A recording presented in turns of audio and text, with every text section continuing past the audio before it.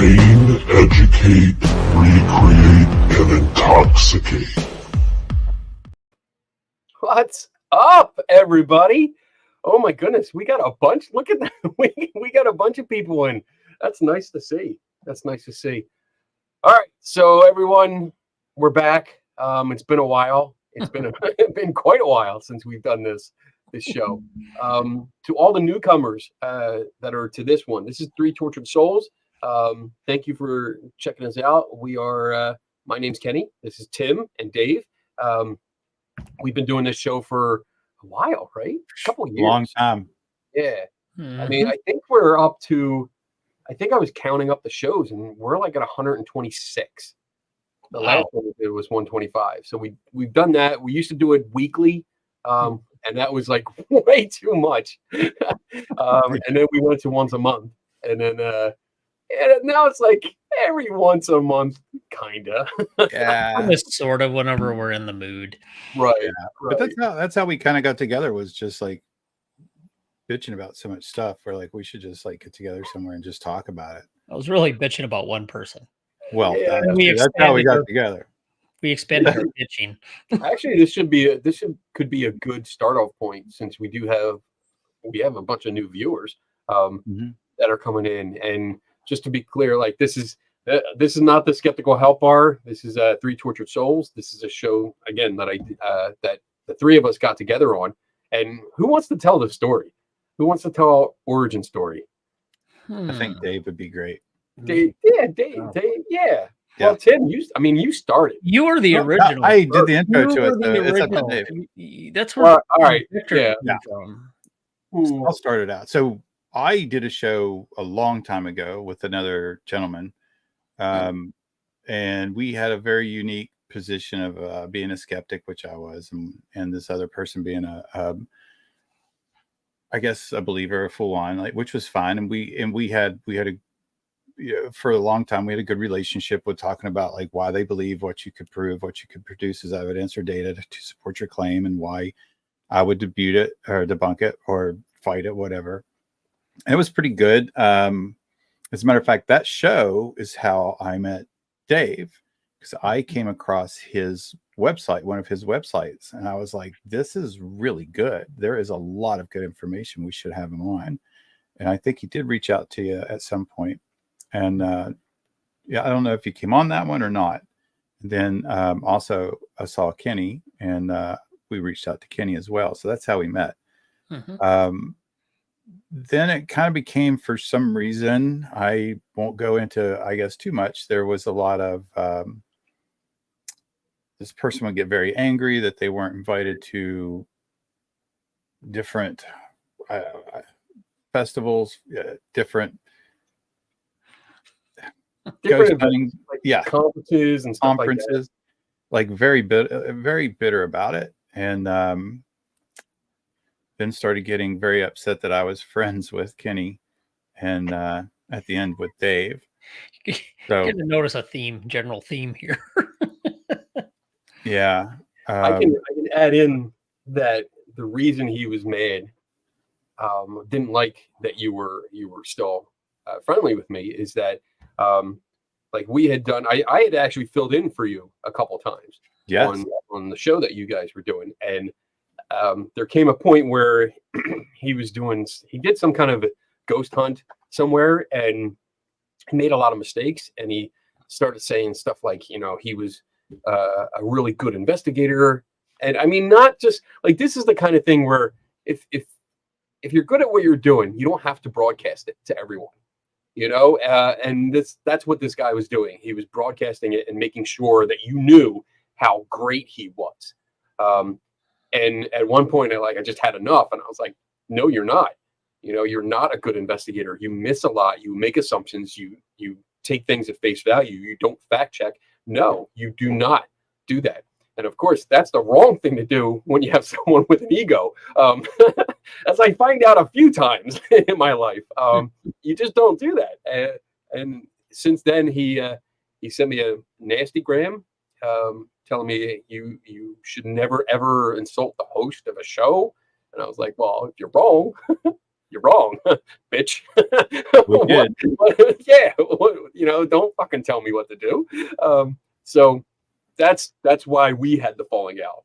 And then After these two got booted, oh, I thought I'd give it a go. What the hell? So I started doing a show with him for a while, and very similar to Kenny and Tim, it went down same path. I think there's something happened, and there was something, he got criticized for something, and then the idea was, okay, we'll have people on the show. Let's talk about it. Let's open it up. Anything's fair game. Don't block or shut down people. And I think, what was it, 15, 20 minutes into that show, people got booted and blocked. And yeah, then I'm in a chat with them, and I'm like, we can't be doing this. That's not what we said we were going to do. And then it went south from there. It was pretty much the exact same thing. And then I think I went on a separate show with you two and some other people. I won't mention them. I don't want to draw them into it because I don't know if they want their names associated with this. But we did a show talking about what this person had done. And then I think I answered some questions. We talked about a few things. And then I got told I shouldn't be friends with Tim and Kenny anymore.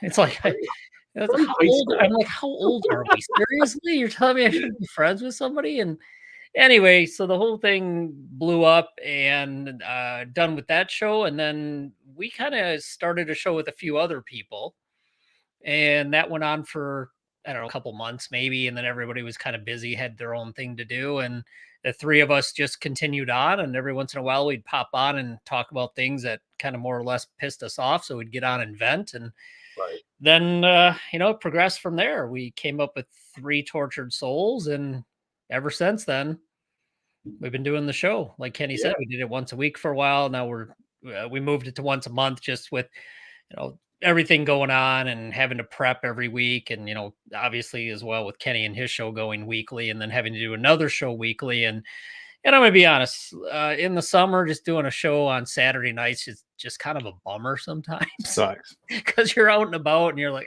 I got to get back and do the show. And I love doing the show. So I think we took a little bit of a break there and then decided once a month would be good. So basically there's one person that brought all 3 of us together. And this has been going on for, a good couple years now.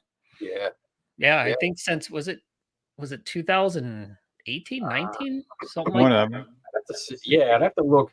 I mean, I know it was through COVID. Yeah. It was before COVID. So I think it was like 18 or 19 or something like that. Because So we hit 100 shows, and I think we were doing it weekly. So that was like 2 years. Yeah. And then we moved to the once a month. So it's probably been at least 3 years. So anyway, so that's our origin story. Yeah, basically we just get together and bitch about something that pissed us off about the paranormal, and if one person watched, if 2 people watched, awesome. If no people watched, we were still Even fine better. with it. Yeah. But we got a notebook full of ideas. We do have a plethora of topics that we've talked about. I mean, anywhere from like the Bermuda Triangle to Bigfoot. We talked about, we had the one about what is it, sleep paralysis? Didn't we do a show on sleep paralysis? And we had the doctor, I think Tim Froze. Oh, there he is. I think I got a storm that's coming in pretty hard behind me. I was just getting ready to chat to you guys about that. So, but we've talked about a lot of things. We've even had movie nights where we've gotten together. Love that. Yeah, and done like a private link where we all watched a movie together, and that was fun. That was a lot of fun. We had our 100th show episode out at what was it, the Gettysburg Adamsville Bash. So that was cool. That was fun. 3 of us were together with exceptional internet that day when we did the show. But no, it was a lot of fun. So we've covered everything from how to conduct an investigation to how to improve on what you're doing, to cryptids, to ghosts, to hauntings, UFOs. I think we've covered pretty much, at least dabbled a little bit in each main area of the paranormal. We've all 3 come up with experiments and have implemented them as well. which Yeah. I think is really cool. We've Which had reminds me, I challenges. gotta mail something out to Daniel. Shit, I keep forgetting That's about all right. that. You're fine. Damn it. Yeah, we had one at White Hill Mansion. That was a lot of fun. And we like when we come up with one, we like to reach out for volunteers as long as they're okay with signing a waiver.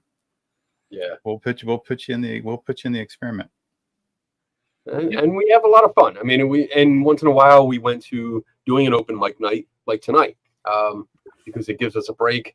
And basically, we were supposed to do it the first Wednesday of the month, but things came up, so it got pushed back twice. And we're here, and it was like there was no time. And I think it was my turn it is my turn to do it. And I was like, there's no way.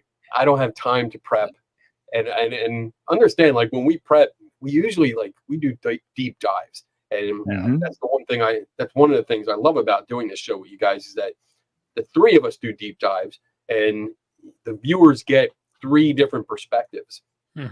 Sometimes they converge and agree. Sometimes they go wildly different, which is great. I love doing that. But then, yeah, we come to nights like tonight where it's like, all right, we're all busy. We didn't have time to investigate anything or research anything. So let's do an open mic night. And that means that for everyone that's watching, this is your opportunity.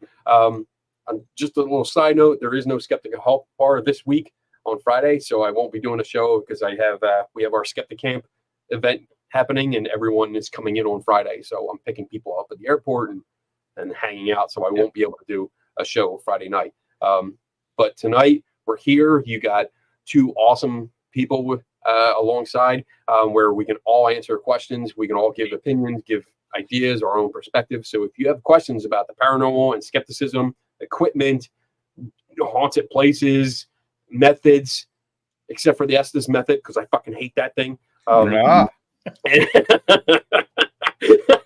It popped into my head like, oh, don't open the door for that one. I saw that title on one of yours, so I was like, yeah, he does hate that. Oh my gosh, I know that. That was just, like that idea was coming up so many times. I saw so many people commenting. It's so great. It's so wonderful. And I'm like, what are you looking at? Like, how can you possibly think this is a great method? And I guess, it's one of them times where it was like, well, fuck it. I'm going to just go on a rant for 2 hours and just lay it out there. So there you go. If you guys got questions out there, feel free to put it in chat. Do me a favor, put a capital Q in front of it. That way it helps me pick it out, and I can save it as we go along. But otherwise, I mean, if we don't get questions, it's going to be a short show. Well, it'll be a short one. The last thing that pissed me off was, just go ahead and start that, was I think I shared with you guys that the question for help in a paranormal, I guess a national or maybe at least a national available paranormal organization or a group on Facebook, and someone had reached out for help, and they had a lot of pretty serious conditions that they were saying that they had experienced, which was, also like a loss of family, not by death, but by the whatever's going on had caused a split, and that they believed it was a ghost or something in the house. And I read through some of the things that they immediately, it's always fucking immediately, it's like, get a hold of so and so paranormal team. Oh, they're great. They're going to come in. They'll solve it for you. Get a hold of this group. They're great. Go to this YouTube channel. I'm like, what? Like, how about, let's just start with, have you told your medical provider that you're having these anxiety problems, or you're having these problems with your family or whatever you're experiencing? Can we not just freaking start there and ask to make sure that, it's not something that could be medically related, or at some point, at least, sorry, my cat's getting scared of the storm. So if I scream, it's because she's jumped on my back. You know what I'm saying? Like, at least take some responsibility and accountability, and think about something, at least offering a suggestion or asking Have you talked to Mhm. your medical care? Have you talked to your doctor? Have you talked to family that you trust about what you're experiencing? And let them know first, and then maybe talk about, have you played with a Ouija board recently? you know, So what I'm right there. Go ahead, Dave. I'm sorry. did you get booted out of that conversation I yet? really thought I was going to get booted out, but I haven't got kicked out yet. So And I two, need what to were up my. some of the other people's advice? What were some? Well, they Mhm. kept just referring people to different paranormal teams that had a lot of YouTube channel hits, I guess. Okay. That's what I saw. I I did know. get a couple out of all of them. I think I got a couple, thanks for mentioning maybe talking to a medical care provider before doing any of that. But I think um, that's the big difference with I want to say this right. With people that take in take more than an interest in investigating claims, they take the time and do the due diligence to understand how to properly investigate and what questions might be relevant, and Mhm. to take in the possibility of health problems or mental health problems. That's a big thing. I mean, that's a really big deal, and it's something that's overlooked by people that don't have an understanding of this. Um, Mhm. and like I mean, I have Tim. I know your background in this. Dave, you have a science background. I have a medical emergency. I was an EMT for 8 years, so I have this background where you ask these questions, and like you need to know when you are out of your wheelhouse, because if your first thought, if somebody says they're hearing voices and they're not sure what's going on and they're scared and this and that, and your first thought is, oh, it might be a ghost, you're doing it wrong. And Yeah. that's just straight up, you're doing it wrong. You're putting your bias and beliefs first, not the person that's talking to you, what their needs are. And I think you need to ask the hard questions like, have you spoken to your GP? Maybe you should start there first. Go there, talk to your GP, find out their course of action first. And then if you're still having weird things happen, then maybe I'll come back. But Mhm. don't go out of your lane. And I think that's what a lot of paranormal groups do. They go way out of their lane. Or no, actually, let me rephrase that. They don't go out of their lane. They try to pull the other car in the other lane into their lane. that's great. And we're going to crash together, baby. We're going to burn. Tow truck hook. They they latch it on and they yank you over. Like, get in my lane so that it makes sense. Well, you know who's waiting in that lane for you to get out of? You know who's in that lane waiting for you? Zach, A lawyer. Where, yeah, yeah. Yeah. Mm. That's exactly who's waiting for you to get outside of your scope Yeah. of expertise or what you do. You got to be careful because you don't know what's going to happen afterwards. Like a little bit of bad advice or something goes bad, you could be potentially liable in a certain Could way. be. Mhm. Could Yeah. be. I I mean, remember back in the day when Jen and I investigated some case and, no problems, at least that they reported medically. Because we used to ask that and, have you been checked by a doctor? Or is there anything that would cause of concern? No, everything was fine. Went through the investigation and, we kind of told them what we thought, which, there wasn't a ghost probably haunting their place. And it was a older couple and the daughter called afterwards and says, "Can't you just tell them it's the ghost of the husband's dead first wife and that she's probably trying to break them up?" Because I don't know if the current wife wanted a divorce or things weren't going well or what, but they basically wanted us to say it was the ghost of this dead first wife causing all these problems to justify this woman leaving this guy and getting a divorce. And we're like, no, we're out. Goodbye. It's like, Oof. no, that's not what we do. And those are even back in the more naive days of doing private home investigations, which, as we've talked about before, most of us kind of cringe at these days. And it's very rare, if ever, within the last, 14 years, if we'd ever do a private home investigation. No. right. If No. we even did anything like that, it would not be to do the investigation. It's because we came up with a research project. We want to research it. We just need a location. It has nothing usually to do with the people. So yeah, it was pretty crazy, some of the stuff that would come up. Another time we showed up, and just another example of what to look out for is they had the news media sitting there waiting when we pulled up. We're like, oh, we hear you're going to come here and tell them what's going on with this ghost. We're like, what? No, No, thank you. just kind of got back in the car and took off. So Yeah, yeah, it's really important to know what your limitations are. I mean, if right. you're not a Right. medical doctor, you're not a psychologist, not a psychiatrist, you don't have that expertise. If somebody tells you they're hearing voices and that's the first time you've talked to them, probably good not to assume they have a ghost and jump right into it, Yeah. because you may And, become a ghost in their basement. and that's it. I mean, that's when I hear these kind of situations, and then I hear, oh, we just want to help the client. It makes me laugh, and it burns me up at the same time, because like, no, you're not. You're not. Maybe you don't realize it, but no, you're not helping the client by assuming everything's a ghost and not going a more responsible way, putting that person's needs first. So, all right, we do have a couple questions, so we can All start right. off. Hopefully, we get more, and we can really dig into it. First question is for me. It's from Rabababa.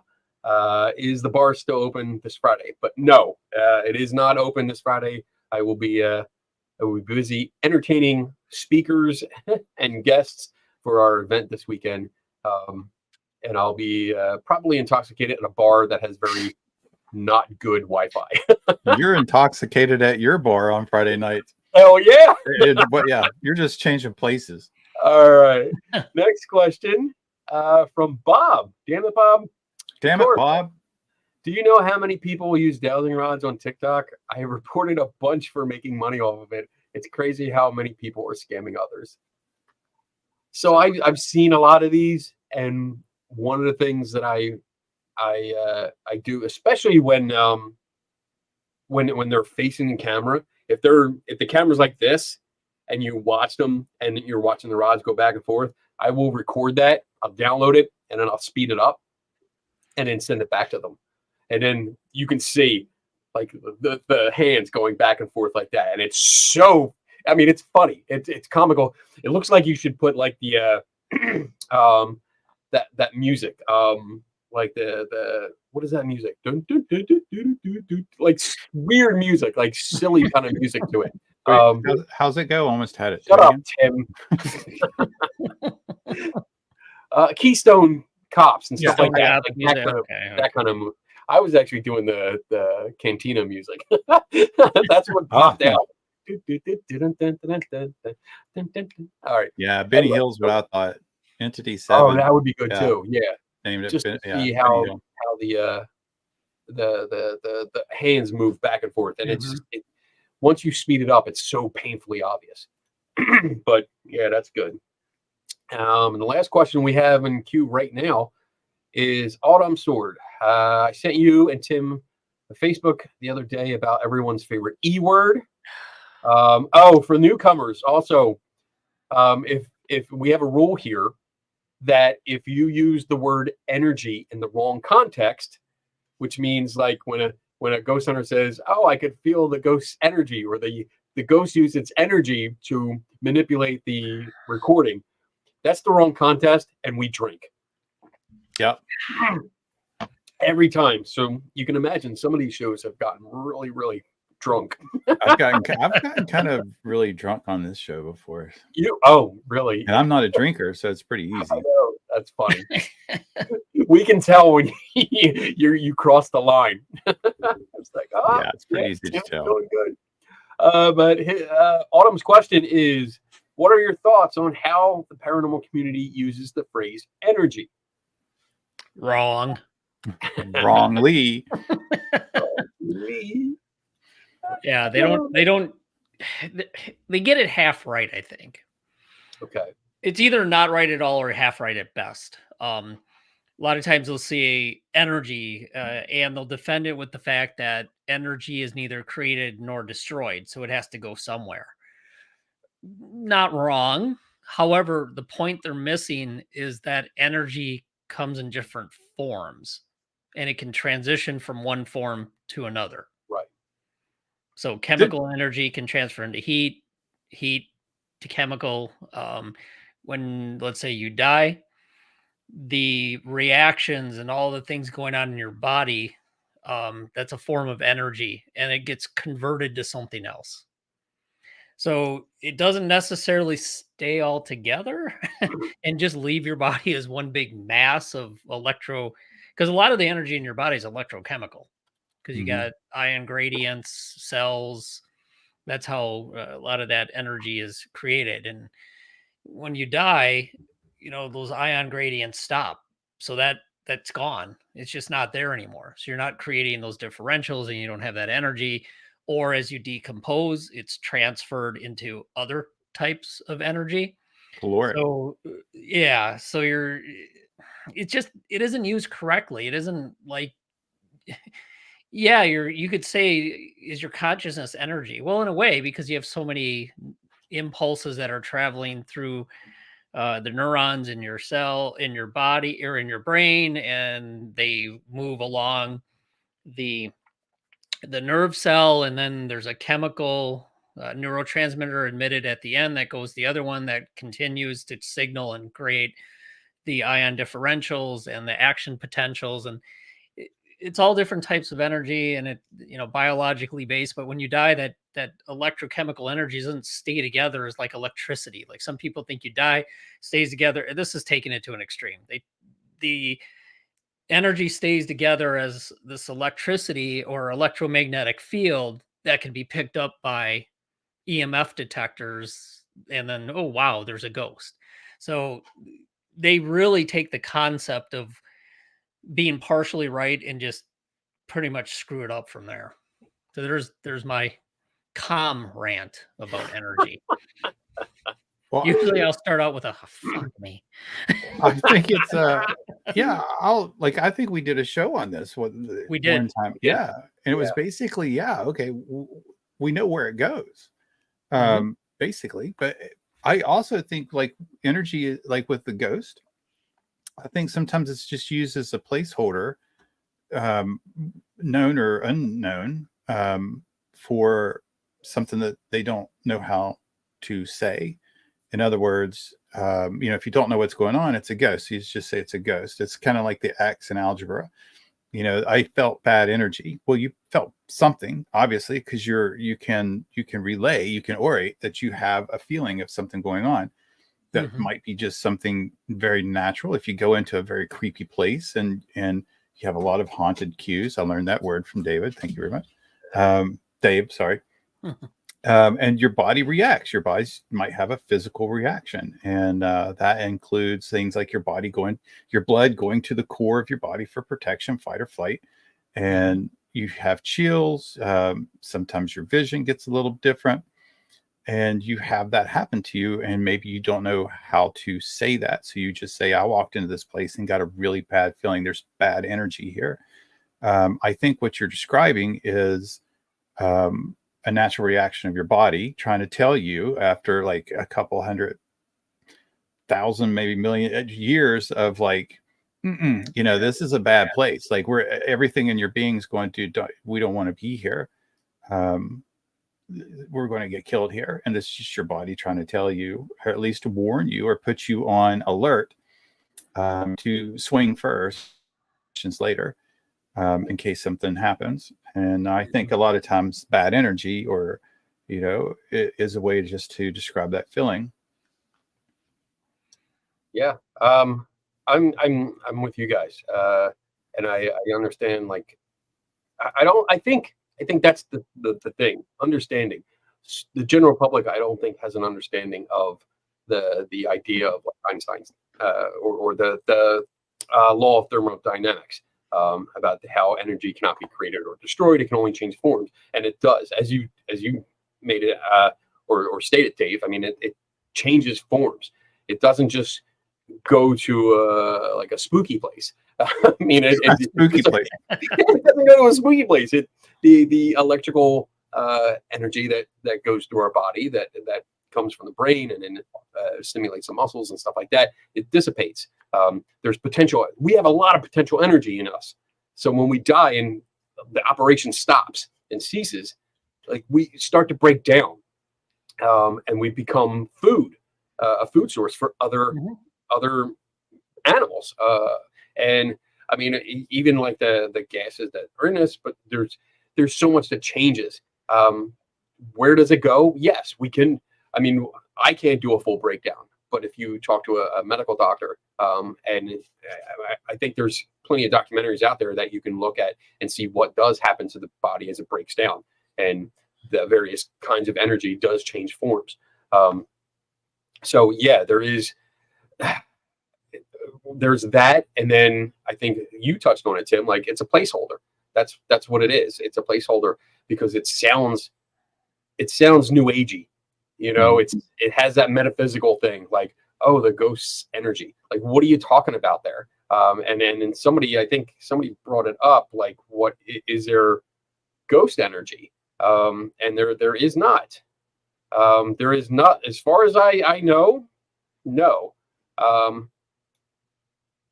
There's nothing actually called like ghost energy. Nothing that has been measured, nothing has been defined. That's a concept that's based on belief, as far as I know, and it doesn't go any further than that.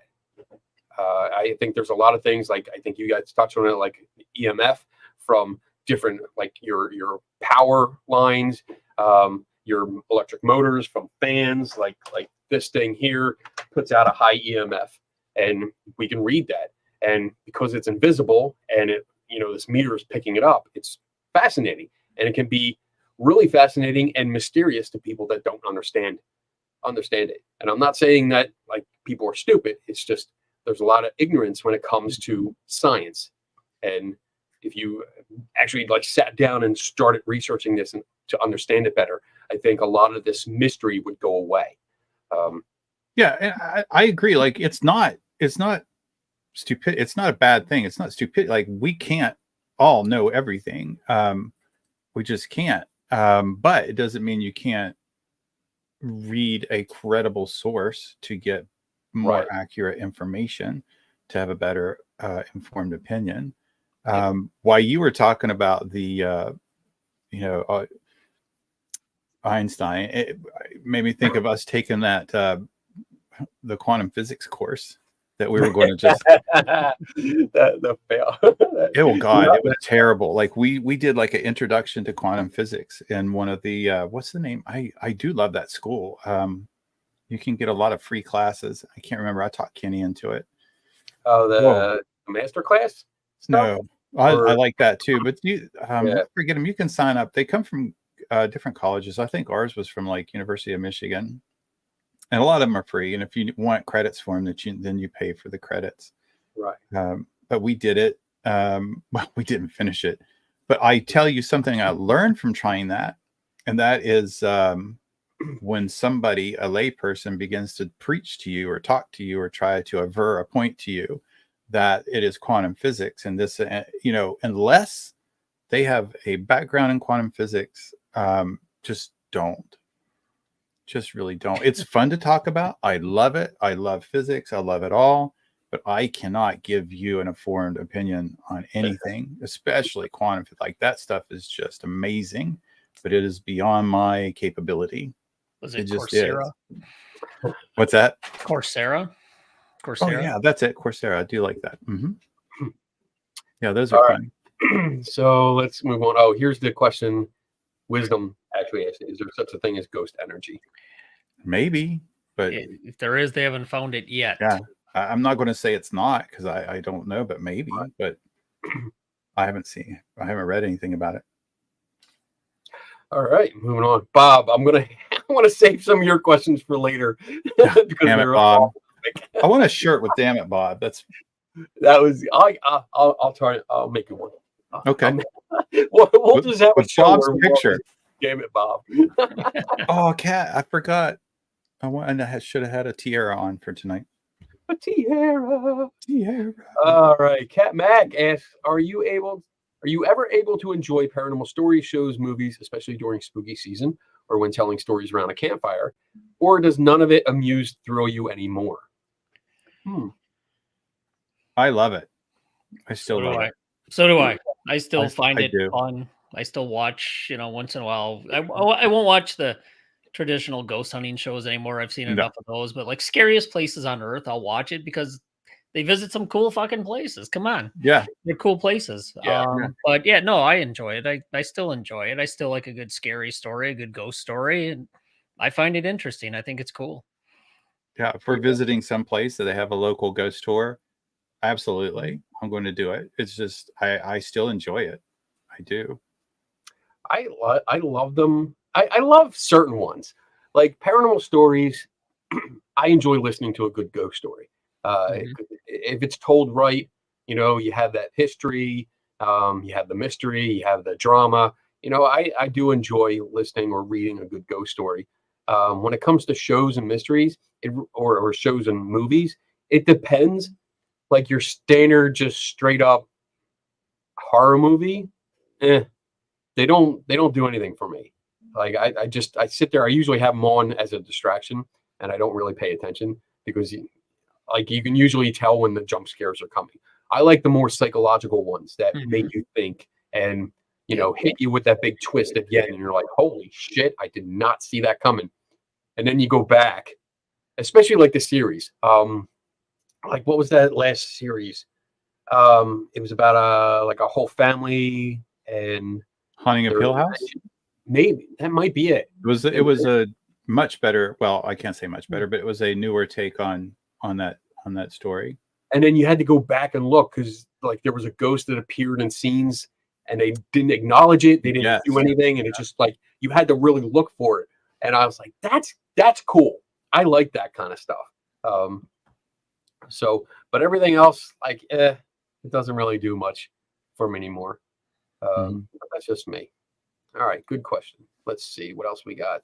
Um, Wayne, if ghosts do exist, what kind of energy would you think they'd use? That's a good question. Hmm. That's a reverse question. Yeah. That's a bizarro. I've Hmm. never thought about it that way. What would they use? What would they do? Um, huh. I don't know. There'd have to be. I don't know. Hmm. Yeah, I'm not sure. Like, what would allow something to, and going off the traditional qualities that are believed to be associated with ghosts.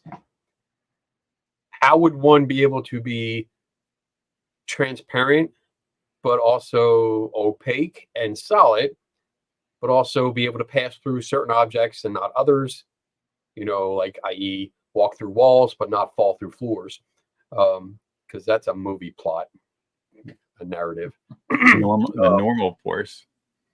Be able to affect things when they are not visible or doesn't look like they're touching it. Like there's a lot there.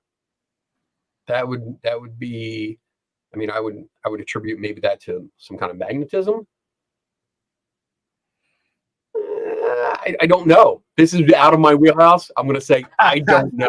Yeah, it's a good question. I really like that question. It's a deep. My mind is thinking. I guess there's reports and there's ghost stories from a long time ago before there was stuff like that you could just attribute it to EMF and everything. So, what else?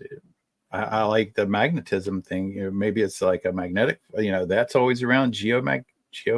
Oh shit! I'm starting to get a buzz. Geomagnetic. Geomagnetic. Yes. Shut up, Joe. Yeah, I don't know. I don't know. The types of energy we know about now, if ghosts were made of that and could use that, you think somebody would have figured that out by now? Mm-hmm. I mean, Yeah. we don't know everything. Obviously, there could be something else there, but I really don't know. That's a good question. I think what we do know, what we can say today, is based on what we do know. It's not one of those, most likely. Right. Yeah. There's so many problems with the forms that we do know. So, like, yeah, if we talk about magnetism, that that joke by Kat was, it's funny, but it's also true. Like if you walked by a whole bunch of magnets, would they not be attracted to you or to the ghost? Could you not set up a whole bunch of magnets on the floor? Oh shit! Now we're gonna see ghost hunters buy packs and packs of magnets. Write that down. We'll sell it. Oh, let's do it. I've got my notebook out. Tradition. There you go. The ghostly magnetic field. Whole bunch of magnets. Ooh, we could tie them together with fishing line, and then it becomes a ghost net. Because it'll just go all the way around them. I mean, there's only one study right now that I can think of where they found an association in the number of spikes or dips in the electromagnetic field that correlated with some ghostly activity. But that's one study, and most of the other ones were one said one thing, one said another. And then even if you get to that point, let's say you somebody said, oh, well, then it's electromagnetic fields.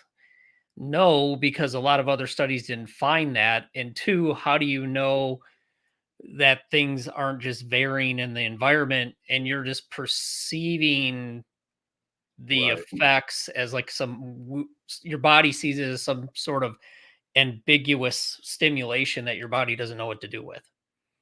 And then if it is electromagnetic, yeah, it could affect things in the environment, physical objects, but it might not be the ghost. It might not be a ghost. It might not be a ghost that's there. It might not be a ghost made up of EMF, and it might not be a ghost affecting or manipulating or using that energy. I mean, those are things. If a ghost was using electromagnetic fields, you should be able to manipulate the environment and basically feed them and see things happen. There's things people put out the EM pumps, but there's no definitive experiment or any data that shows that they're manipulating those fields besides, again, one study. And again, though, that doesn't necessarily mean causation and correlation. That whole argument, correlation isn't causation. So I don't think it's worked out yet. So that's, I don't know. I'm back to my original. I don't know if there is some sort of energy they're manipulated or made of. We haven't figured it out yet. I mean, I want to real quick because we have a lot of questions now. Okay. But, I want to just add on to that, like the EM pump. Not only do I hate it and think it's a waste of money, but if you want, you want to put electromagnetic energy into the environment, buy a fucking desk fan. This little fan that's off to the side here. Go to the Goodwill store and find one of those old ass clocks, alarm clocks that you plug in. Those things throw off a shit ton. That thing, I had this little fan next to a EM pump, like an official like $80 one, and this was putting out a higher field, a stronger field at a longer distance than this little pump, this $80 pump, and this cost me $5 to get. I mean, I'm not saying it works, but there you go. If that was something that actually worked, there you go. I mean, all of this stuff that's surrounding me, I'm in the middle of several EM fields. So if this is like food for ghosts, which is just silly. But if it was, then this is where something would happen, right in my seat. I should be possessed. I should be doing a Zach Baggins right now. But I'm not gonna, because that's weird. It feels icky. I feel dirty now. So all right.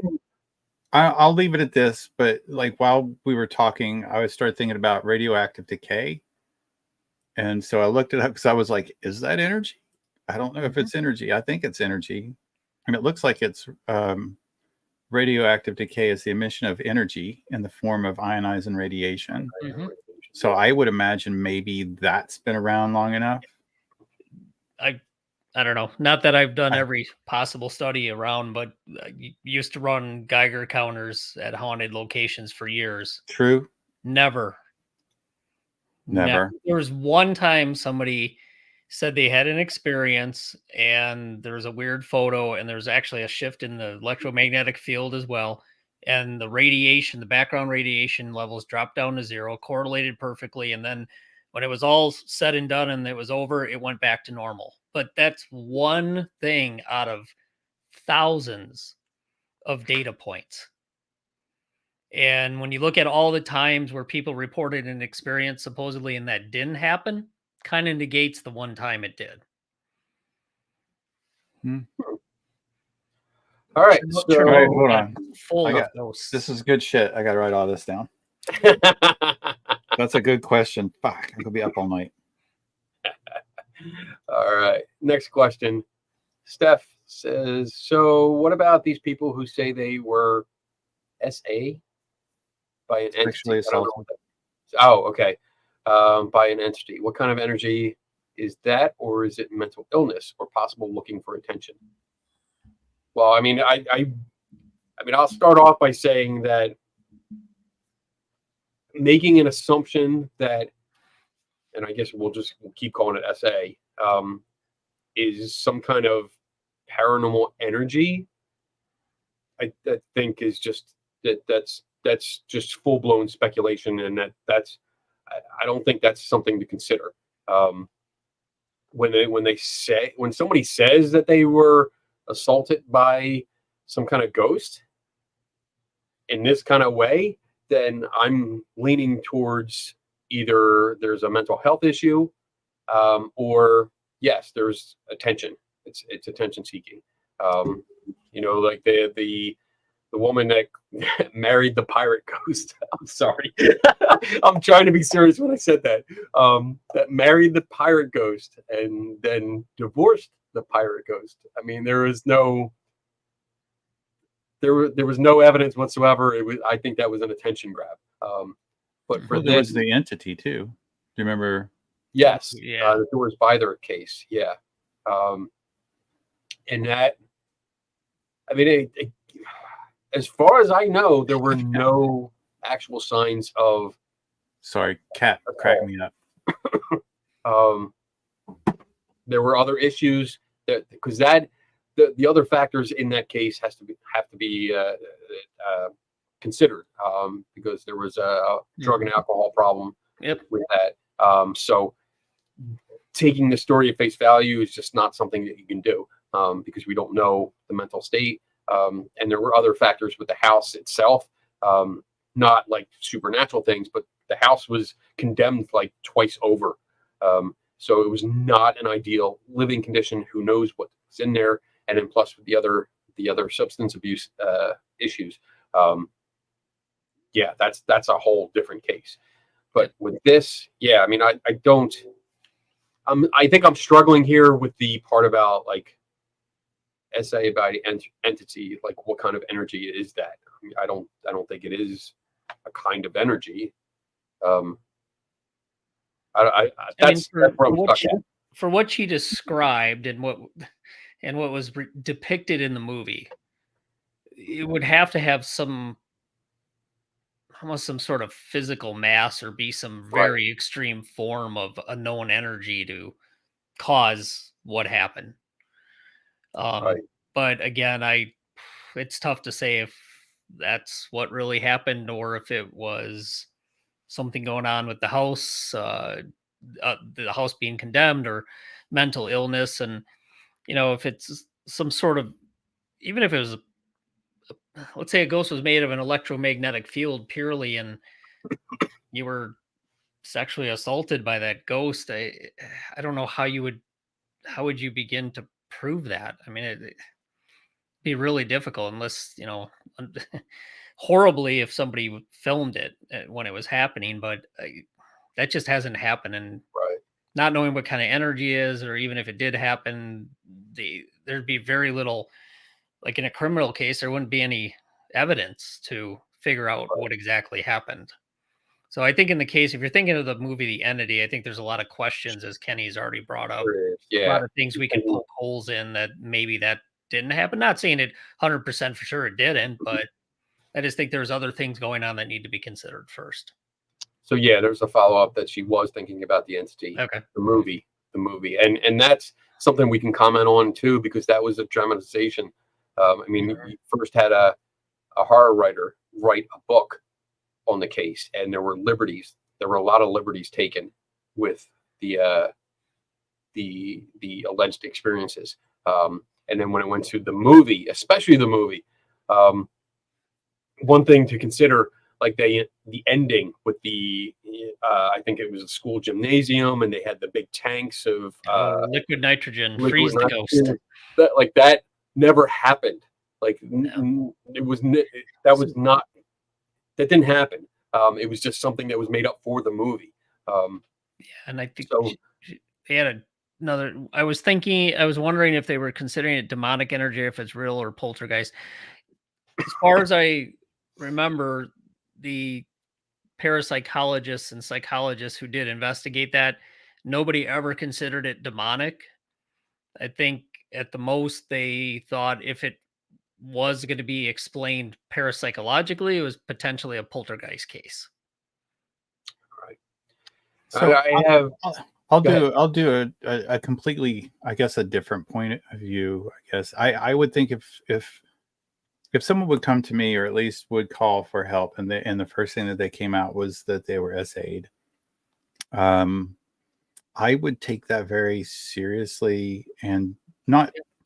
I would not dismiss making sure that medical and medical, just a general, and making sure that law enforcement was known.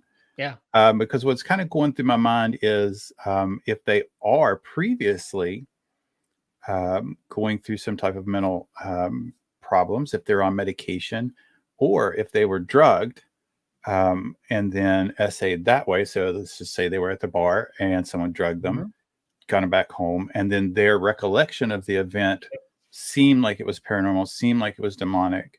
I think you still should have, you should never not take it in the same way as you would, because it could be in times of trauma, a trauma like that, if they were under the influence, and it's not their fault they're under the influence. No means no. You don't have consent when somebody's under the influence, period. So their interpretation of what happened might be completely different and might feel like it was something like an entity or demonic. No, that's a good So point. I would still make sure law enforcement, make sure their family, somebody that they trusted, I don't know, and make sure that they had access to immediate care. Yep. And this ties in nicely with what we were talking about earlier about not going out of your wheelhouse. If you're approached with something like that, that's why it's so important not to assume because you're a ghost hunter or you call yourself a paranormal investigator means that you know what you're doing. And you should always push for, hey, first thing you do, talk to your GP. And in cases like this, like Tim said, you contact the local police and just let them know, because that could be trouble for you, big trouble for you if you do the wrong thing. All right, moving on. We got a bunch of questions, man. I love it. I love it. This is great. This is a long one from Bob. Let me see if I can word this correctly. If you were to do a paranormal investigation, would you rather have the information ahead of time that the place is haunted, in quotes, or would you rather someone call and ask if you can investigate just to see if there was anything paranormal activity on a property that had no previous claims and the customer is just curious? Does that make sense? All right. So like what it sounds like to me is like they have either they have a claim that the place is haunted and they have weird things they can report, or, hey, I don't know if my house is haunted. I'm just curious if you come out and see what, if there is anything. That's what I'm getting out of that. That's what I think. Yeah. I would rather have one with claims and hopefully they're testable claims. Otherwise, I'm not sure what you would look for otherwise. Sorry, you're getting covered up, Dave. Okay. It depends on what you're trying to do. Right. If you are trying to, I don't know, investigate, I don't know, somebody says there's cold spots and then the table and chairs move. You'd probably want to know that so you know what to do, what claims to investigate, even if you're doing a research project, what to research, what to look at, what data to collect. But if you're doing a general paranormal investigation, I think you would not want to know. If you're just trying to figure out if there's maybe paranormal activity there, you're probably not going to want to know if that's the approach if you're into seeing if there's a ghost there or not, you probably don't want to know, because then you're biased. Then you know what to expect. You're looking for things, you're kind of primed. So I would say you'd probably not want to know the specific areas or specifically what's going on. So to me, it's all about what you're trying to do and how do you approach it. Are you trying to solve a mystery for somebody? Are you doing a research project where you need something very specific? Or are you coming in there just to explore if people are having experiences, or you want to take a broad look at the house, the environment, the people, the dynamics of what's going on? Then, it really, bottom line is, it depends on what your goals are as either an investigator, somebody who's going to solve a mystery, or a researcher. Right. For me, I want to know. I'm not. I can't. This is going to sound bad. I think it's going to sound bad. As your attorney, type it over to me and I'll let you know if it's okay or not. Hold on a second, everyone. I got to consult. No, I mean, I to save time, I think for me, I'm not interested in going to a place where it's like, hey, nothing's happened. Just come on over and see if something happened. I don't think that's good. Good thing to do. And if it's going to a ghost hunting team, and I'm talking in a general stereotype sense here, if it's going to a ghost hunting team who gets a lot of alleged evidence, I think that's also a bad idea, because now they're going in looking for something, and they may be going in with that bias. So for me, like I want to know, one, if there are claims, like what am I looking for, and two, as Tim said, like testable claims. And if you have some testable claims that a homeowner or a business owner don't understand, if you can't figure out what's going on, and then you reach out, then I'll talk to you. I mean, I'll talk to almost anyone, but we'll have a conversation about it, and I'll see if I can get there to investigate, because then that gives me something to actually do. I'm not going to go to a place and sit there for 4 hours in the dark and just talk to a microphone. I'm not going to me, I know a lot of people do it for a hobby, but to me, that's just a waste of time. I want to, there's got to be a purpose to investigate, like that's, when I think of investigator, I think more like lines of like police and forensics. Like they don't investigate just to see what might happen. There's a crime that happened, and that's why they're investigating. Something happened, and they got to figure out what happened. So that's how I see it. All right, I'm trying to talk as fast as possible because we're in the lightning round. And we're in lightning round. We're only an hour show. I didn't mention that in the beginning. Like the Three Tortured Souls is usually just an hour show. But we'll do the lightning round type of approach. All right. So let's see. Here we go. Mark's Random Curiosities. Nice. I like that name. Is the energy more of a frequency when someone refers to feeling a negative energy? I'll go first. I don't know of much literature showing that certain types of frequencies lead to positive or negative feelings. There was at a time literature that would suggest like positive ions tend to lead to a more negative feeling, but that actually has changed. New research has shed some light on that. Negative energy, again, if they're not using the term appropriately, you can walk into a room and there's actually a lot of environmental cues that can cause you to feel negative and down. So I'll leave that very short answer there. We could spend an hour on this topic. Yeah, I'll go. Go ahead. I was going to say that's exactly I'm just going to +1 for Dave on that. I go back to I think you feel something. Like I think people are describing something that they actually feel, but I think that could be explained biologically, because when you think about negative energy, we don't talk about like when somebody sees someone they haven't seen in a long time that they really care for, they feel good. I guess that would be positive energy, except they would say, I'm so happy to see you. and the contextual cues, just like he said, I think really begin some old hundreds of thousands of years of this is how you're going to stay alive. This is not a good place. We've heard the stories. Somebody's got hurt. It's going to be bad. Yep. And I think that it's not necessarily that you're going to falsify and mistake something as a ghost, but just speaking about the feeling that you get, I think that causes your body to begin a little bit of self-preservation, which could feel tense. And the other thing to mention with frequency is related to cycles per second and the electromagnetic spectrum. And different frequencies are different things. Like red light is a different frequency than UV light, than radiation, than visible light. Those are all different frequencies, but they don't really have anything to do with negative or positive. Right. And I'm going to use my time to just build on what you guys said. And like, if you walk into a room and you read the room, you're not reading like, you're not some kind of like calibrated instrument that's reading specific energy signatures or anything like that. You are reading the environment, as in like the setting. Is it dark? Is it bright? Is it decorated a certain way?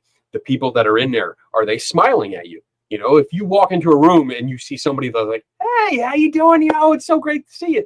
That's a positive response. So you're going to feel better about going in that room. If you walk into a room and there's two people that are kind of near each other, but they're like tense and their faces are drawn down and they just don't look happy, that's tension. That's what you're feeling. You feel the tension, but you're not actually feeling the tension. You're observing the tension and you're interpreting, saying, "Oh shit, you know, they just had a fight." That only happens when Tim's not around running security. That's right. I have a perfect record on security. Thank you very much. Yeah, perfect 0. No, you can't name a time. Bad. Mm-hmm. I mean, we're not getting into this. It's perfect. All right, sorry. Perfect. Onward. All right, but yeah, I don't think there's a negative positive. It's just, you know, reading the room. All right, that's good. Next question. What if the theory is wrong and energy can be created and destroyed? Well, cool. I would just jump in there and say it would be interesting, but you need to do a lot of science. You need to science the shit out of that idea to show that that's what's happening. I think you'd have a better chance arguing that by some ghostly means the energy could be manipulated. Not sure it's going to be created or destroyed. You might have a better argument saying it could be manipulated. Yeah, I saw Patrick Swayze overturn major theories in physics, so that's going to be a tough. He had to push it really hard and just like, it's all right there, man. Dark side of the force. You had to get mad. All right, that's good. Let's see. Special Ed, what's up? I don't mean to laugh at that. I wasn't expecting that name. Could you guys discuss the epidemic of demon scratches that seem to plague so many online ghost hunter entertainment channels? And how is it that their outer layers of clothes never get ripped? I'm right with you. I have one idea, which I picked up in some papers I was reading on electromagnetic field sensitivity. There's a whole bunch of papers that come out relatively recently on this, and there might be a possible mechanism where certain fields at a certain frequency used appropriately, that at a certain magnitude, that could potentially cause your body to release histamine. And that's why you might see welts, which is actually something I wanted to talk to you guys about. I've been meaning to start putting feelers out there for people to give potential locations where people report consistent scratches, and to do some sort of study on what type of frequencies and field variations you see there, because there is a potential biological mechanism there.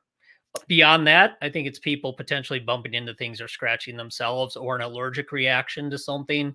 Some of these places are nasty ass old places, and I don't know about you, but if I so much as brush up against something that's fairly dusty and dirty, I can get a welt just because my body reacts to it as an allergic reaction.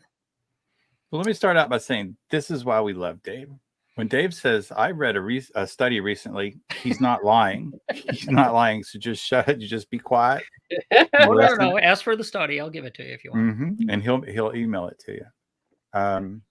I can't go anything. I can't go anything beyond what Dave said.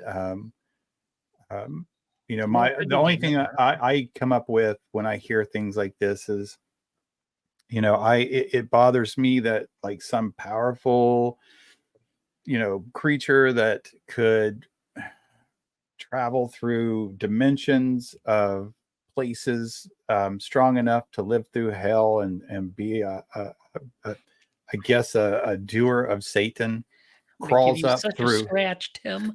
Yeah, crawls up through rock and bone and blood, and they get to your ass, and the only thing they're going to do is give you 3 scratches. No. I mean, I'd be But it's the Holy Trinity. That don't make no sense. The full effect. Throw Tim's ass against the wall, man, and press him. Yeah.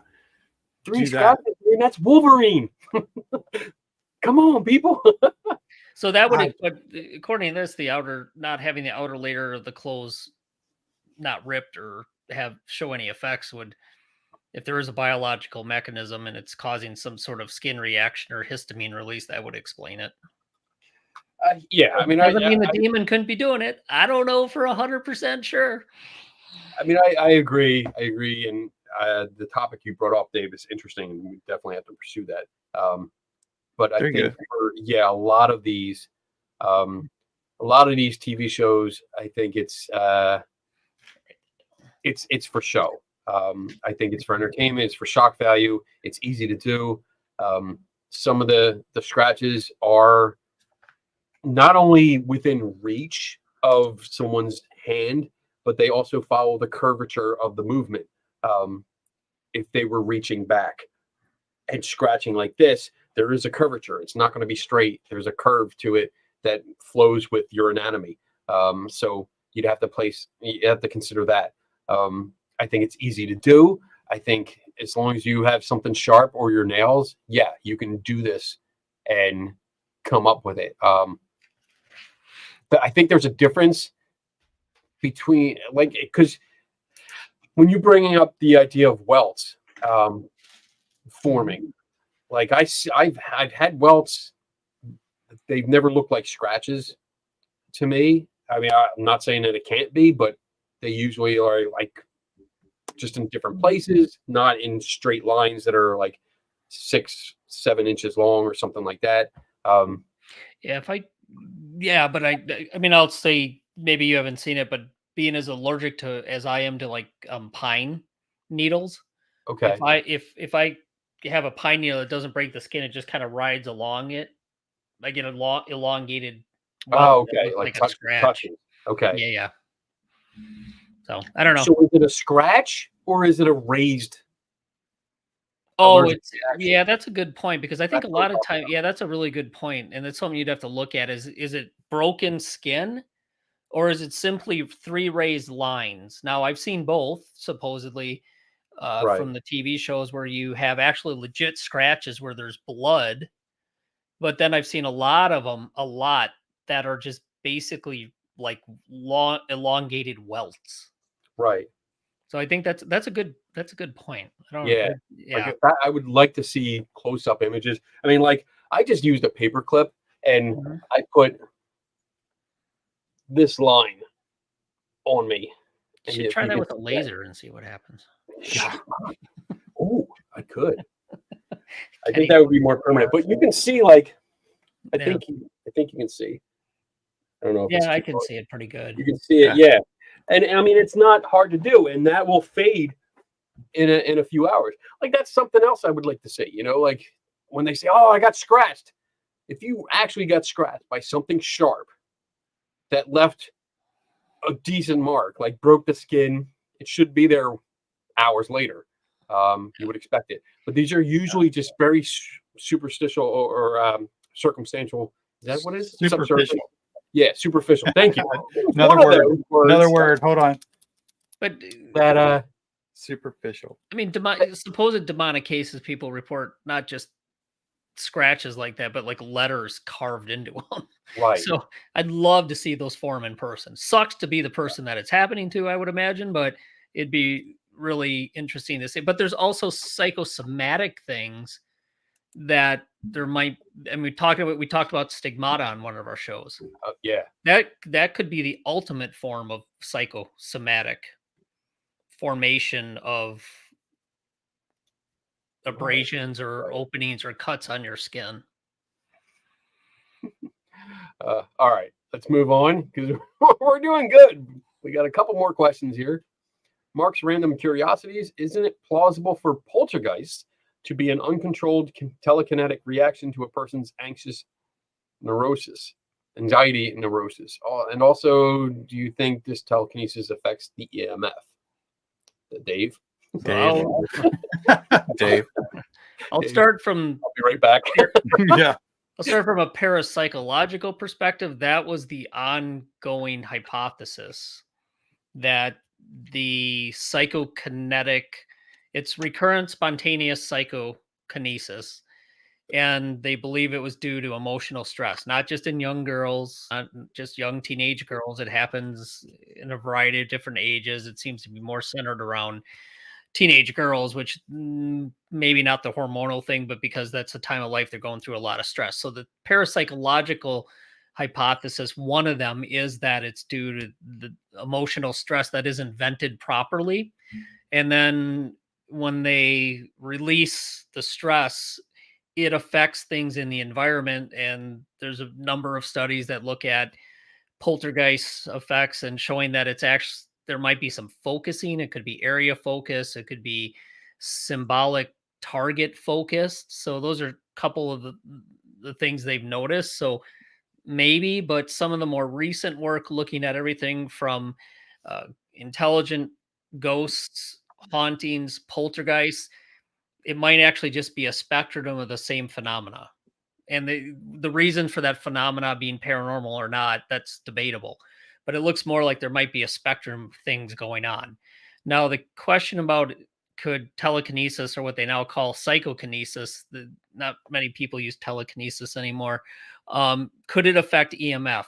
Again, a parapsychological interpretation is, and a hypothesis is, psychokinesis is goal oriented, it's goal directed. It doesn't, I know there's certain studies or people, not studies, people reporting, and I haven't ever seen a research report on it, but one time somebody was asked, they had a little device or a little slab of metal or something underneath, and they had a laser pointing down at it, and they told this supposed poltergeist agent to move the laser or move the device underneath because the laser was being used to measure it, right? So what ended up happening is the device, it was showing movement. And they're like, well, that's weird. We don't see the thing down here moving. What they supposedly found was the person was bending the laser. So there's no research report on it. That's just one. Okay. Yeah, I wish there was. That would be interesting. I was like, where is this? If it is goal oriented, and you do see, supposedly there's a lot of reports of electromagnetic and magnetic and electric effects with people who are reportedly poltergeist agents. Possible. I don't think we've ever, I don't know of anything where they've had somebody who's supposedly the poltergeist agent being able to consciously affect EMF. But then again, most supposed poltergeist agents aren't able to affect anything in a lab for the most part when they're focusing on it. Then they supposedly stop focusing on it and it happens. So I don't know. There's no good data there. Again, that's strictly a parapsychological hypothesis, is that poltergeist activity is the release of emotional distress that isn't released in normal ways. And then there's actually even some recent papers where I think Lloyd, Lloyd Kenny and Yeah. somebody else, Brian Williams, they investigated a supposed poltergeist case and it resolved with counseling. So, but then that starts to question, did the counseling just fix something that was normal? And then they were interpreting things as poltergeists or ghosts, or was there actually poltergeist psychokinetic activity? So, Right. as you're finding out on this show, you're never going to get a one-sided straight answer. No, that's Dave's wheelhouse. I yes, what Dave? I agree with Dave. But then again, it could just be a big fat no, and it's all things that are misinterpreted. Yep. I think I'm stuck on plausible. The word plausible. Like for me personally, I don't know that it's possible. I think it's possible, but maybe not. I don't know if it's plausible. I don't know. The actual data looking though, if you know how people would say, oh, the poltergeist is an emotionally distressed young woman, the data and the actual psychological workup on most of those is pathetic. So there's really no way to conclude that if you Okay. really dig back into that literature. All right. Moving on. Good question.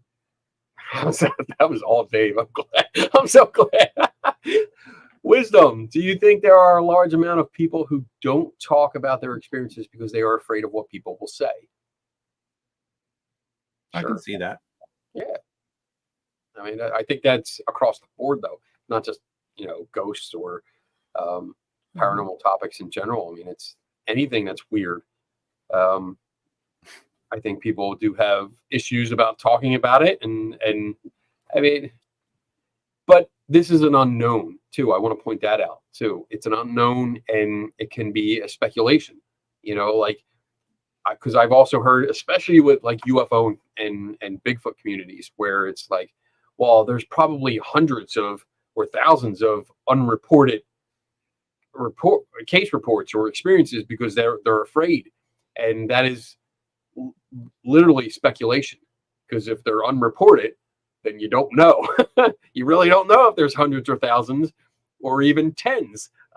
You just don't know until they're reported. So it's one of those catch-22 things. Like, yeah, there potentially could be a lot of people out there that had experiences and they're just afraid of ridicule or being made fun of or being like looked at strange because they had some kind of experience.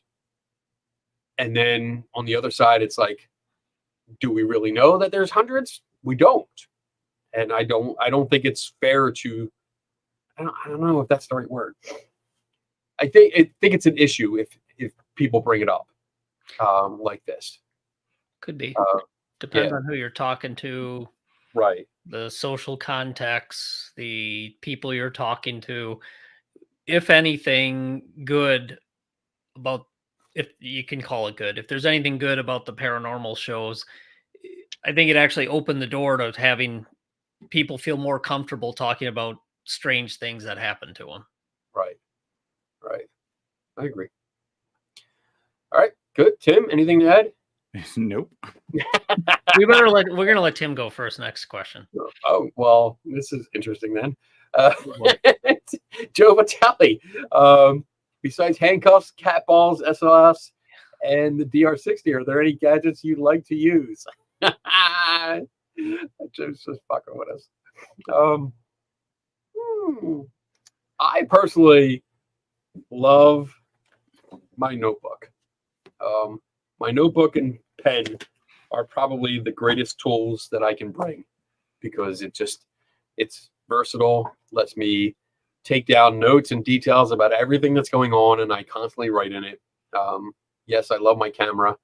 Love my audio recorder, not for EVP sessions, but for dictating notes that I cannot just write down at the moment. And it's much easier to speak into a recorder as I'm looking at things and describing it, and then transcribe it later. So those are my my camera, my audio recorder, my spirit level. That's a gadget I love because it helps me understand if steps or floors or doors or windows are level or when they're not, especially floors and stairs. One place I went to, like they kept saying that one of the major claims was people felt like they were falling down the stairs. Guess what? Of course they did, because the stairs were like that, like ridiculously off, unlevel. It was ridiculous, and I mean, so yeah, that's my answer. There you go. Tim, why don't you go before I go?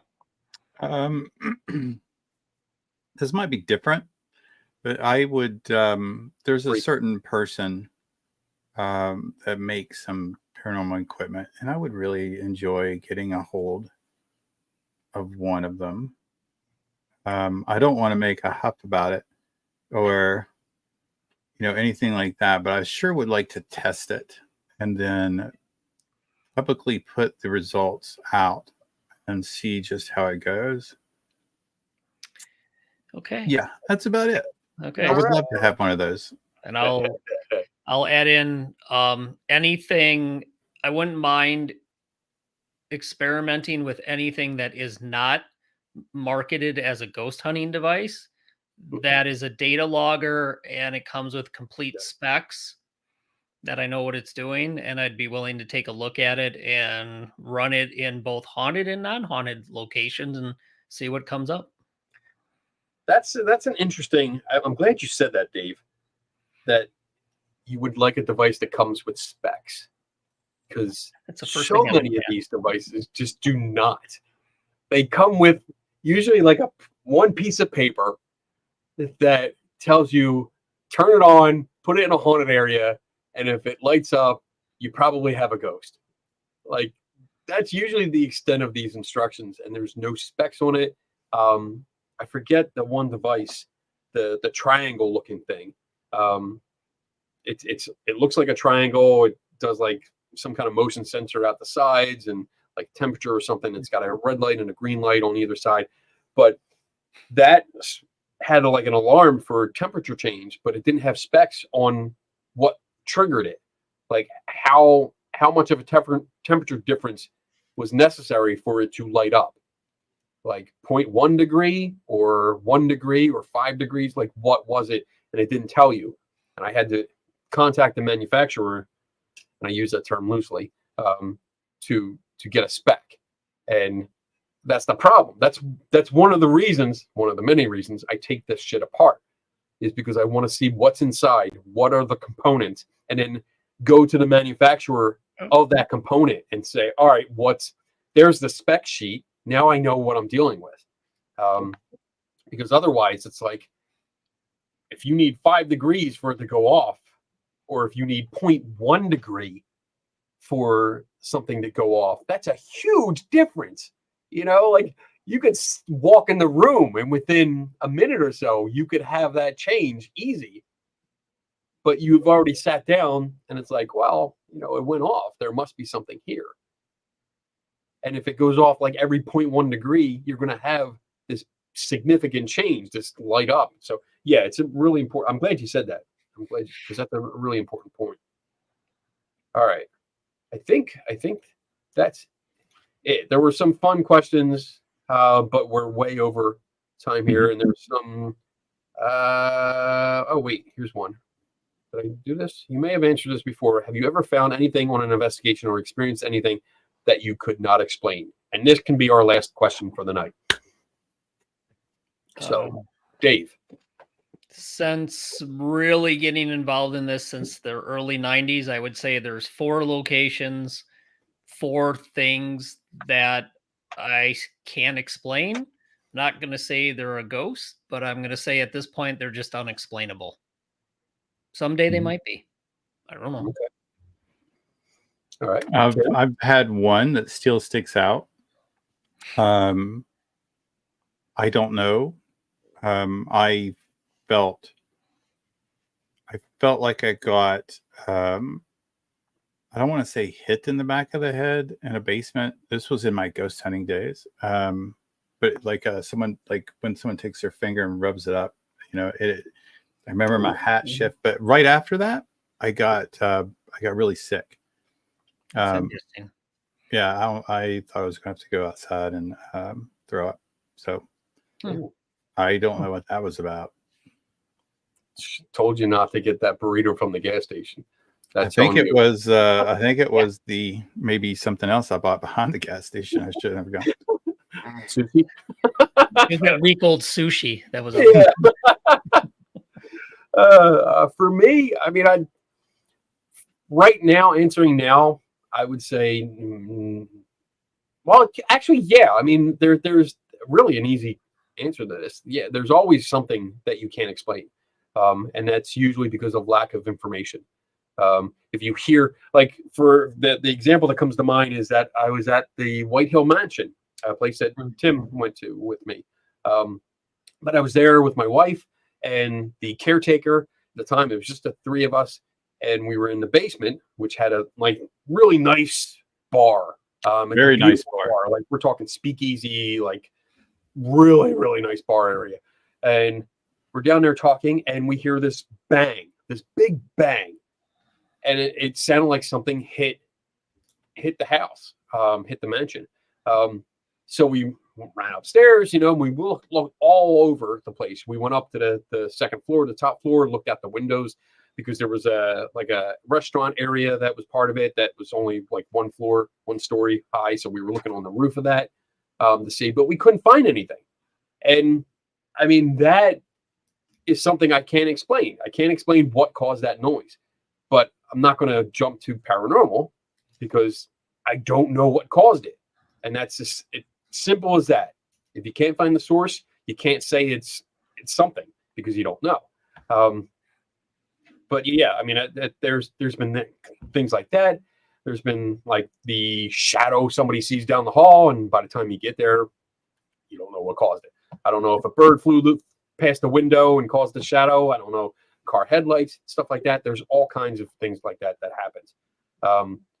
But I will say that I have gone back, because I did start as a ghost hunter, and there were many years I was a ghost hunter, and I filled out my little reports, which were, when you read them years later, it's so embarrassing. So embarrassing. And like, not just the stories and the assumptions, but the grammar and the spelling was horrible. But looking back, I did go back and look at them, and I was able to do further research or get into it, or the knowledge that I have gained over the years, I was able to put explanations to them. So I resolved a lot of the stuff that I had reported as paranormal in years prior, which I like. I mean, that's for me, that's a good accomplishment for myself, like a personal goal. So, but there you go. That's it. I think we're good on questions. Oh, there it is. Okay. I'm going to take that off. Yeah. And we're half hour over our regular time. This is great. I love this. We had so many people tonight. Final thoughts on the show in general. I'm going to start down the bottom here with Dave. I like open mic night. One, I don't have to do a lot of prep work. Two, it's more whatever comes to mind, and we can just shoot the shit and have a good time. So a lot of good questions. Appreciate everybody coming in and chatting tonight. And you posed some tough questions there. Some things that piqued our interest, I think, that we're going to look into and give some thought to. And you'll probably have a whole lot of messages going back on Messenger between the three of us. Further discussion on those. So yeah, nice job. That was great. Yeah. All right, Tim. Well, I enjoyed it. It's refreshing. I'm glad that people were watching and had lots of great questions, especially that one. I wrote it down. It was just a really fascinating, kind of like almost like a thought experiment. Mm-hmm. Like what would they do? Which is great. And I like that. But it's good to, also, if it was just us, just be able to bitch and moan and gripe about some things. And I think I certainly see a certain person that's piqued our interest lately in doing some vampirism, I guess, of grief. That I am ready. I'm ready. I should have set up the deal a long time ago, but I think I might reach out to this person and ask for some mentorship and see what we can do to get a show about it. And then we can invite that person on the show to see if he can support his claims. That would be cool. Yeah. Money is, he won't come on. Yeah, that was the bet. I think that my prediction. I don't think we're even going to get past. I don't think we're going to get a response. Well, he doesn't know, like, he doesn't know who I am at this point. So, and he offered like all this. He's like, I'll show you how to do it. I'll do this. And I just So haven't emailed him back. So I should. here you go. Here you go. When I die and this person tries to contact me, I'm going to tell him to go on 3 Tortured Souls. Are you kidding? We're going to be dead too. Two tortured souls. 2 tortured and 0. That's finally when Tyron's going to take over because we'll be dead. Yeah. All right. My final thoughts, same thing. I love open mic night. I mean, I think it's fun to get the variety of questions and topics, and we never know what's going to come up, and it makes us think. And I love that. I love when it forces us to step back and go, shit, like, I don't know about that.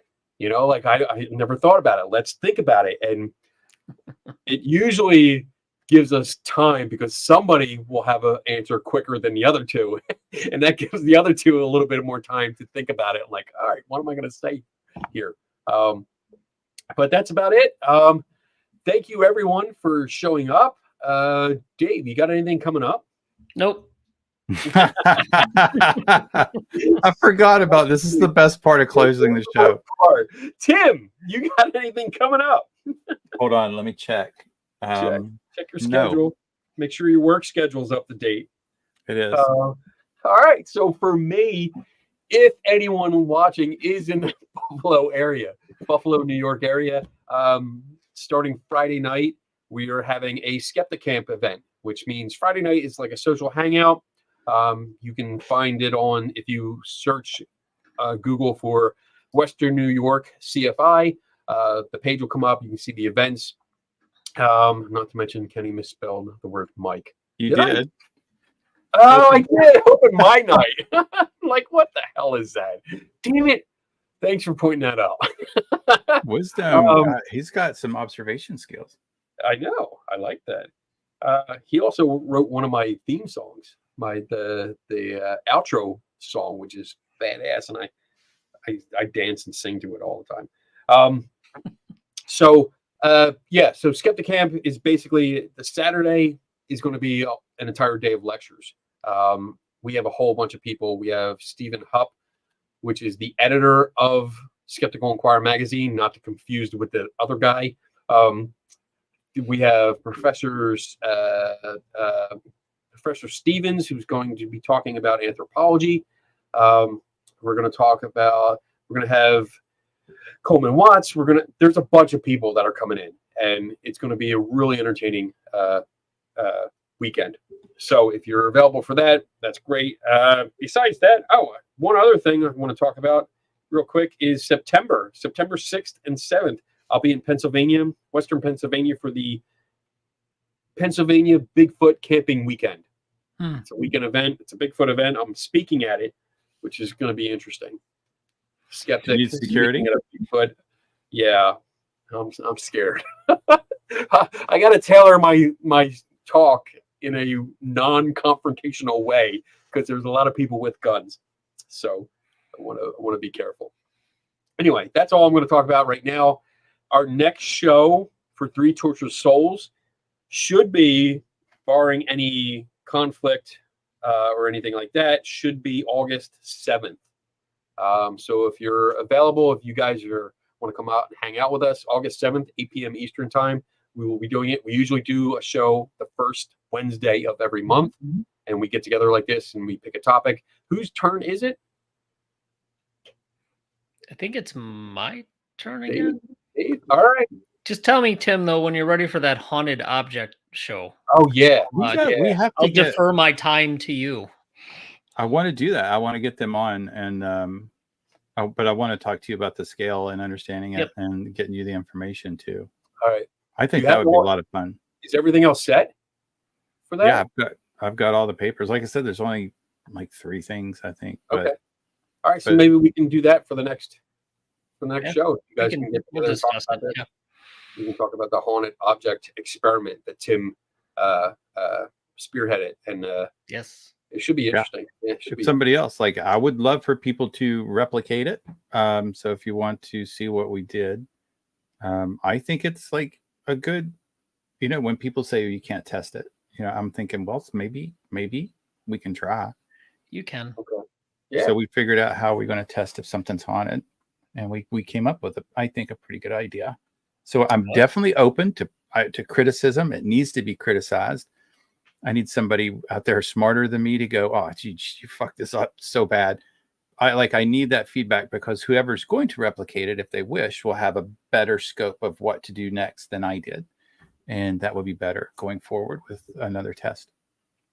And I just want to give a shout out to Sorta Ricken, because he's been on the show. And I know he made a comment earlier about saying his name out loud because he likes when I say his name. So I did it. There you go. Sorry I didn't get to the question, but we're definitely running over time. Yeah, we'll see you guys in, oh my gosh, it's not a month. It's like next week.